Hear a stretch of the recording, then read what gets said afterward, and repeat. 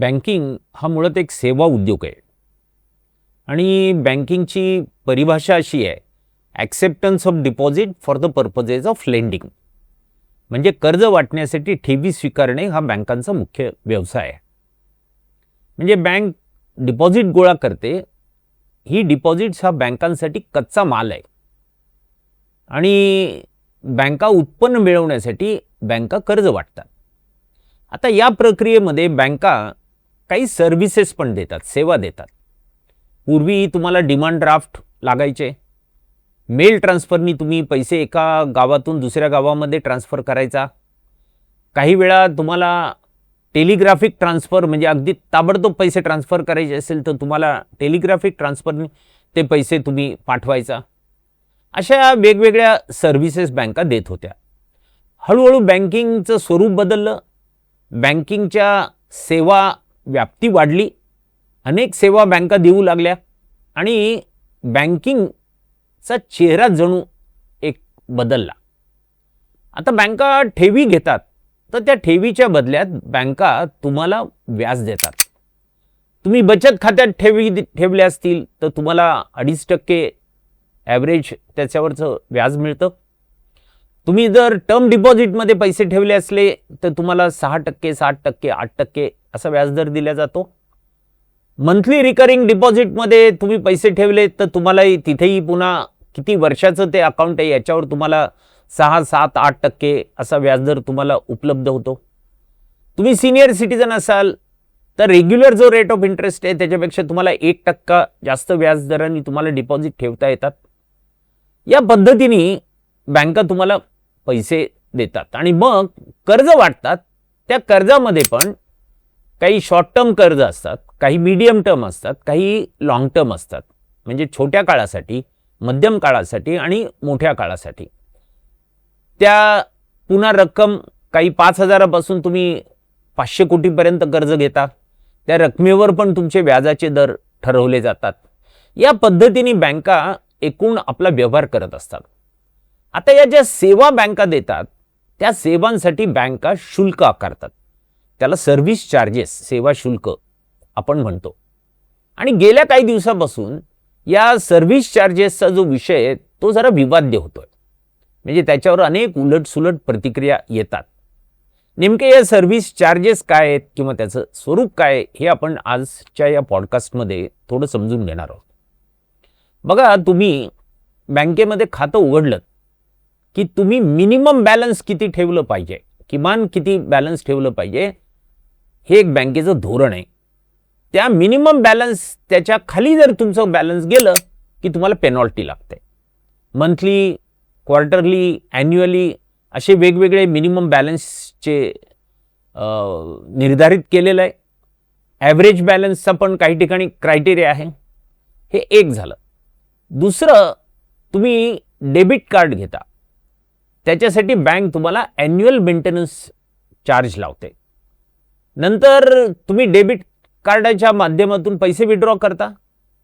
ते तुम्ही non home branch म्हणजे बँक ऑफ महाराष्ट्राच्या बँकेच्या ATM पेक्षा दुसऱ्या ATM मधून जर पैसे काढले 3 पेक्षा जास्त वेळा तर तुम्हाला बँक चार्ज लावते. नंतर तुम्ही ATM ला एक पिन दिलेला असतो. तुम्ही पिन विसरलात, नवीन पिन जनरेट करायचा तर त्याच्यासाठी तुम्हाला चार्ज द्यावा लागतो. तुम्ही बँकेमध्ये येऊन पैसे भरलेत तर ते पैसे जर लो डिनॉमिनेशन नोट्स म्हणजे तुम्ही 500 रुपयाच्या नोटेऐवजी जर 10 रुपयाच्या नोटेमध्ये ते पैसे भरले 2 लाख, 3 लाख, 5 लाख तर साहजिक आहे तुमच्या नंबर ऑफ पीसेस वाढणार आणि मग ती मोजायची दॅट इन्व्हॉल्व्स द लेबर. त्याच्यासाठी माणसाचे श्रम लागतात. त्यामुळे त्यातही पुन्हा बँका तुम्हाला पैसे ठेवण्यासाठी चार्ज करायला लागल्या. असे वेगवेगळे जे बँकिंग ट्रान्झॅक्शन्स आहेत त्याच्यासाठी बँका सर्व्हिस चार्जेस लावायला लागल्या. आता बँकांनी सर्व्हिस चार्जेस लावावेत का लावू नयेत? रिझनेबली जिथे बँकांची टेक्नॉलॉजी गुंतवणूक आहे किंवा मॅनपॉवर डिप्लॉय करावी लागते तिथे काही प्रमाणामध्ये बँकांनी सेवा शुल्क लावणं याच्यात लॉजिक आहे किंवा रॅशनल आहे. पण याच्याबरोबर बँका ठेवी ज्या सामान्य माणसाकडून गोळा करतात तो त्यांच्यासाठी कच्चा माल आहे. त्याच्याच बळावर बँकिंगची पूर्ण इमारत उभी आहे. आणि ते पैसे जे बँकांना उपलब्ध होतात ते इन्फ्लेशन रेटपेक्षा पण कमी व्याजदरावर उपलब्ध होतात. म्हणजे तसं बघायला गेलं तर त्या कस्टमरचा त्याच्यामध्ये लॉस आहे. पण आज त्याला पैसे ठेवण्याचा एक ॲश्युअर्ड ॲव्हेन्यू म्हणून तो बँकेत येऊन पैसे ठेवतो. मग हे सेवा शुल्क खरोखरच आकारलं पाहिजे का किंवा आवश्यक आहे का? आणि हे साधारण केव्हापासून सुरू झालं? बँकांनी सतत बँकांद्वारे एक युक्तिवाद केला जातो की आम्ही टेक्नॉलॉजीवर खूप मोठी गुंतवणूक केलेली आहे, त्यामुळं आम्हाला हे सेवा शुल्क आकारावं लागतं. सकृतदर्शनी हा पटण्याजोगा मुद्दा वाटतो. पण मुद्दा असा आहे की एक ग्राहक म्हणून जर विचार केला तर मी तुम्हाला ती टेक्नॉलॉजी आणा असं सांगितलं नव्हतं. टेक्नॉलॉजी तुमची गरज म्हणून, तुमची सोय म्हणून तुम्ही आणलेली आहे. कारण टेक्नॉलॉजी आणल्यानंतर तुम्हाला मनुष्यबळ कमी लागायला लागलं. आजही बघा तुम्ही, एखादा कस्टमर बँकेत येऊन जर ट्रान्झॅक्शन केलं तर त्याची कॉस्ट आणि तोच कस्टमर जर ऑनलाईन ट्रान्झॅक्शन केलं तर त्याची कॉस्ट याच्यात जमीन अस्मानाचा फरक आहे. एटीएमद्वारे पैसे काढले तर त्याची कॉस्ट आणि बँकेत येऊन पैसे काढले तर त्याची कॉस्ट याच्यात खूप मोठं अंतर आहे. म्हणजे त्यात बँकेचा फायदा होतो. साधं बँका SMS चार्जेस घेतात. आता हे SMS जे बँक त्या कस्टमरला पाठवते त्याच्यामुळे तो कस्टमर बँकेत येऊन काउंटरवर गर्दी करून माझे पैसे जमा झाले का विचारण्याची आवश्यकता आता राहत नाही. म्हणजे त्यातून बँकेतला येणारा फुटफॉल कमी झाला. बँकेच्या काउंटरवर माणसं कमी ठेवावी लागतात. आणि हा बदल तर आपण बँकिंगमध्ये बघतोय. ज्या बँकेच्या ब्रँचमध्ये पूर्वी 30 लोक, 50 लोक, 100 लोक होते, त्या ठिकाणी आता 2 लोक, 3 लोक, 5 लोक एवढेच स्टाफवर ती बँक आणि ब्रँच चालते. याचा अर्थ मॅनपॉवरमध्ये बँका सेव्हिंग करू शकलेल्या आहेत. त्यामुळं टेक्नॉलॉजी आणली, त्याचा फायदा बँकांना झाला का नाही झाला तर नक्की झालेला आहे. मग या टेक्नॉलॉजीचं बर्डन कस्टमरवर पास ऑन करणं, टाकणं हे कितपत योग्य आहे?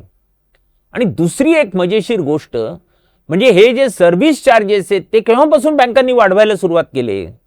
तुम्ही बघाल साधारण 2014, 15, 16 मध्ये जेव्हा रिझर्व्ह बँकेचे तत्कालीन गव्हर्नर रघुराम राजन यांनी बँकांचं ॲसेट क्वालिटी इन्स्पेक्शन केलं आणि मोठ्या प्रमाणावर बँकांची थकीत कर्ज आयडेंटिफाय केली. त्याच्यासाठी बँकांना प्रोव्हिजन करावी लागली. त्यामुळे बँका तोट्यात गेल्या. तेव्हापासून या बँकांनी या सर्व्हिस चार्जेसमध्ये मोठ्या प्रमाणावर वाढ केली. डिपॉझिटवरचं व्याजदर हा बँकांसाठी खर्च आहे. कर्जावरचं व्याजदर हे बँकांसाठी उत्पन्न आहे. हा प्रमुख उत्पन्नाचा स्रोत आहे. पण आता अनेक बँकांमध्ये तुम्ही त्यांचे बॅलन्स शीट जर तपासून बघितले, इन्कम अँड एक्सपेंडिचर जर तपासून बघितले तर तुम्हाला असं सापडेल की बँका ऑदर इन्कम या हेडवर पण मोठ्या प्रमाणावर उत्पन्न मिळवत आहेत. हा एक बँकांसाठी मोठा उत्पन्नाचा स्रोत होतोय.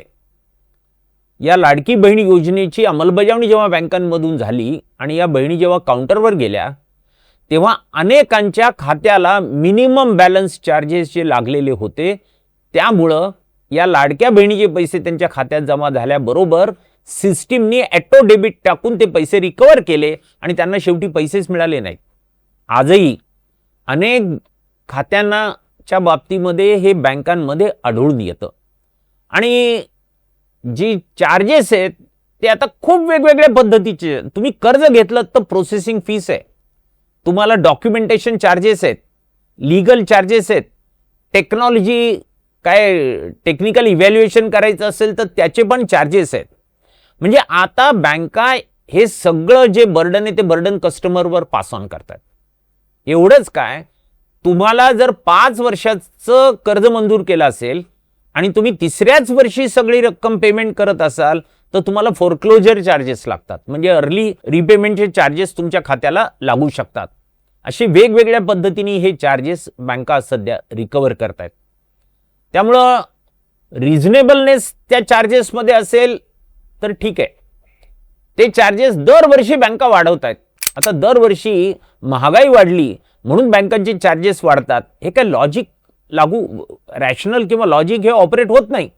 पण सरसकट बँका हे चार्जेस सातत्याने वाढतायत, ज्यामुळं त्यांचं उत्पन्न वाढतं, नफा वाढतो आणि मग बँकांचं प्रॉफिट किती वाढलं हे लोकांना बाह्यदर्शी दाखवता येतं. मला असं वाटतं की ग्राहकांनी या प्रश्नावर जागृत होणं ही पूर्वअट आहे.